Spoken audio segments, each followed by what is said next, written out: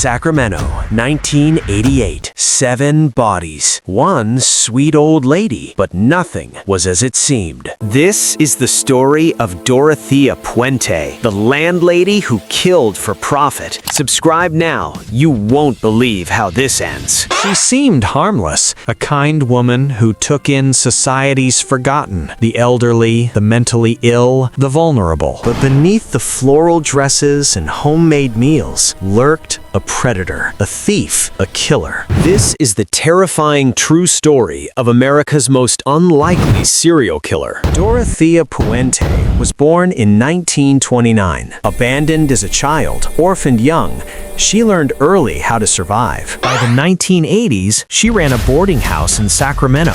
She wore bright makeup, cooked elaborate meals. Everyone called her a saint. But Dorothea had secrets, a criminal past, forgery, theft, time in prison. She targeted the helpless, social security checks, pension payments. That's what she was really after. And when her tenants became inconvenient, she had a solution, a deadly one. Between 1982 and 1988, at least 9 people died under her care, poisoned, drugged, suffocated. Their bodies buried in her yard, in her garden, where she grew vegetables and flowers. She cashed their checks, kept their belongings, and no one suspected a thing. For years, she got away with it, the perfect crime, until November 1988. A social worker noticed something strange. A tenant named Alvaro Montoya had vanished. Police obtained a search warrant. What they found was unimaginable. November 11th, 1988. They started digging. The first body, then another and another. 7 bodies, all buried in shallow graves. The neighborhood was in shock. But where was Dorothea? She had disappeared, fled while police were digging. A nationwide manhunt began. The Death House landlady was on the run. 6 days later, a Los Angeles bar. A patron recognized her from television. Police moved in. She didn't resist, said calmly, "I used to be a very good person." The most unlikely serial killer in American history was in custody, but the nightmare was just beginning. The trial began in 1993, 5 years after her arrest. The evidence was overwhelming. Prosecutors painted a picture of greed, a woman who killed for monthly checks for money. The defense claimed she was innocent, that tenants died of natural causes, that others buried the bodies. But the forensics told a different story. Traces of prescription drugs, signs of deliberate poisoning.